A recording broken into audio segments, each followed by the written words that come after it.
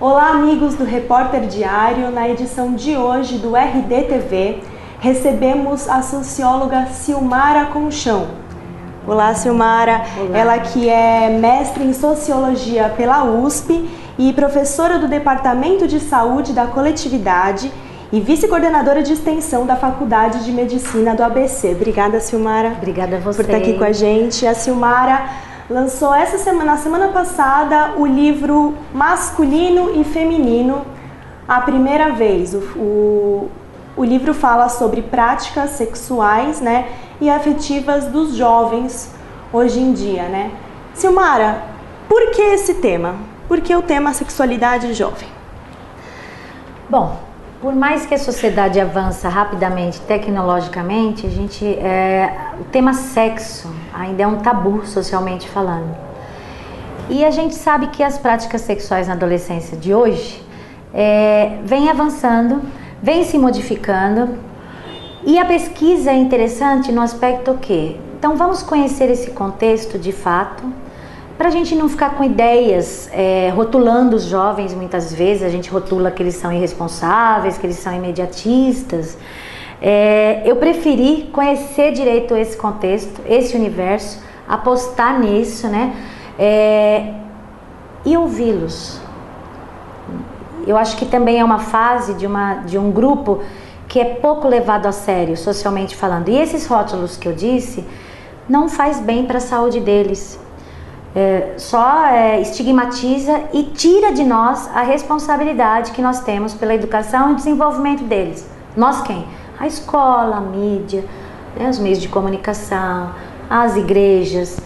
É muito fácil, né, individualizar quando a gente pensa, por exemplo, na gravidez precoce e não desejada nesta fase. Entendi. E essa pesquisa, como ela foi feita? Quantos jovens foram entrevistados? Da onde? Qual a faixa etária? Como foi feita? É uma pesquisa de metodologia Quali.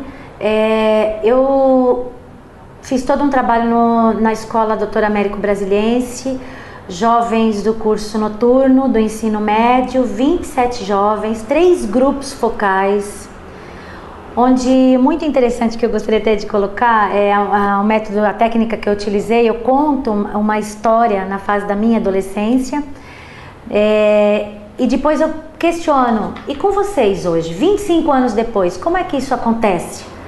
E aí eles se sentiram num ambiente de confiança, que eles podiam falar com segurança. Inclusive, eu gostaria muito de agradecê-los. Hoje eles não estão mais lá, né? Porque essa pesquisa aconteceu em 2008 e até virar livro, né? Foi todo esse tempo, esse processo de análise, estudo, reflexões, mas sem a colaboração deles e a confiança não seria possível. Muito obrigada, esses 27 adolescentes do Américo.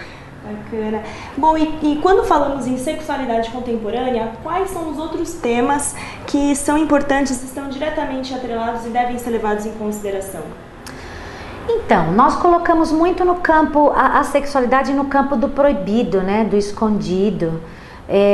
Então o livro é um esforço, o estudo que eu trago é um esforço de trazer para o campo dos direitos humanos. Então falar de direitos sexuais e reprodutivos, né, defender que eles tenham acesso à informação adequada, defender que eles tenham acesso a métodos contraceptivos gratuitos e defender a livre expressão da sexualidade, que eles consigam viver sem discriminação e sem violência. Eu acho que isso é o fundamental. Bacana. Religiosidade, doenças sexualmente transmitíveis, família, como você coloca isso no livro? Então, na fala deles, eles falaram, cada grupo por mais de 2 horas, na transcrição que virou 100 páginas, eu categorizei por temas. Então nós temos temas ali que eles falam, e a partir da fala deles eu analiso sobre transmissão de STIs, sobre a questão da homossexualidade, relação sexualidade e religião, relações familiares e sexualidade, papel da mídia, gravidez não desejada nesta fase, porque tem a gravidez desejada também nessa fase, como projeto de vida. Gravidez indesejada, ela é complicada em qualquer fase da vida da mulher, mas nessa fase muito mais, até porque nós depositamos neles expectativas que eles estudem, que eles comecem a trabalhar, não uma gravidez, certo? Então uma gravidez indesejada nessa fase tem tirado as meninas aí do circuito aí da educação, do mercado de trabalho, e a gente com isso a gente reproduz o quê? A pobreza, né? A exclusão social. E as escolas não estão perseguindo essas meninas que ficam grávidas e têm que desistir da escola por conta que não tem quem deixar o bebê. Ela tem o direito, né, a participar da escola. Então, a escola tem um papel que é fundamental na acolhida desses jovens, desses adolescentes, na questão da sexualidade. Então, acho que uma crítica que eu faço também na pesquisa, que eu percebo a partir da fala deles, é que temas como amor, sentimento, amizade, sexo, não se incluem nesse processo de desenvolvimento deles, não é levado em consideração. Aí a família espera que a escola faz, a escola espera que a família faça, e ninguém faz, entendeu? Então eles buscam entre eles, e muitas vezes, informações não adequadas. Seguindo essa linha dessa resposta, como você vê o tratamento dado pela sociedade hoje para a questão da sexualidade do adolescente? O que falta aí para uma sexualidade mais saudável, mais tranquila?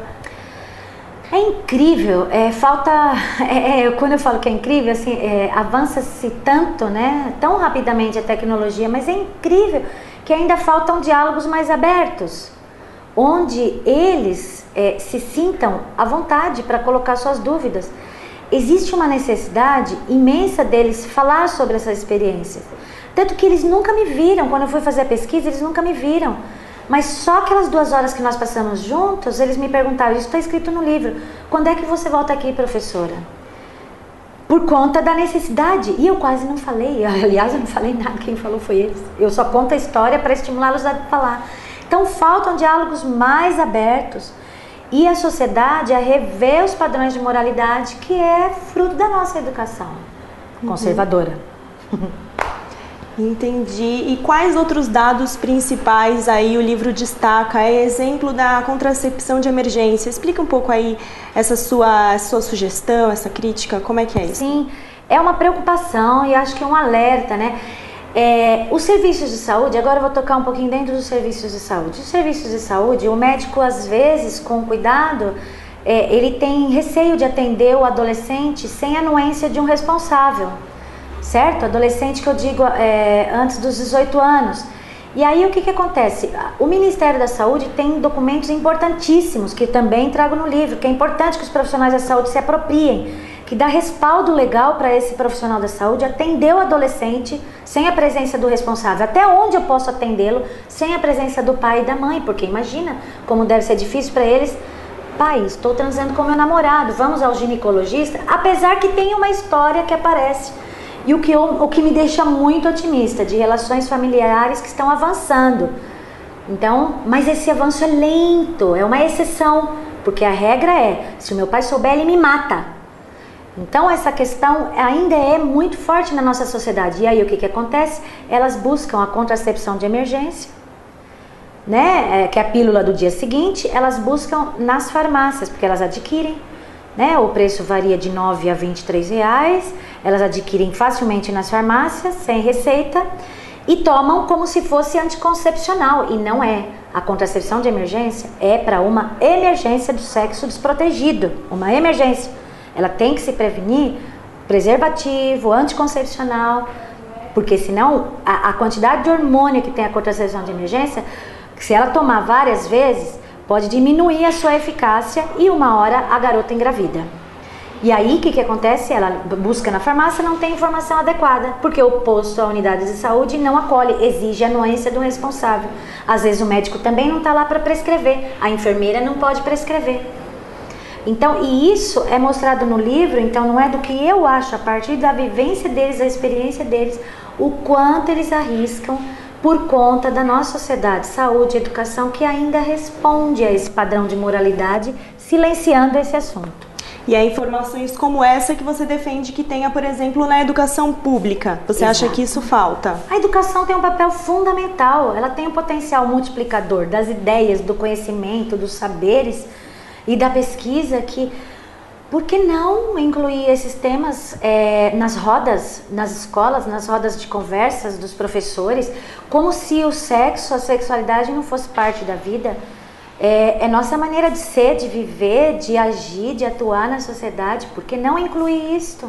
Por que não? Porque a gente ainda responde um padrão moral e social. Muito obrigada. Nós conversamos hoje com Silmara Conchão. Ela escreveu o livro Masculino e Feminino a primeira vez. Silmara, onde a gente pode encontrar esse livro, onde ele está disponível? No site da UCITE, que é a editora, e também no CESCO, Centro de Estudos em Saúde Coletiva da Faculdade de Medicina do ABC. Legal, perfeito. Silmara, muito obrigada. Obrigada a vocês pela oportunidade. Obrigada a todos.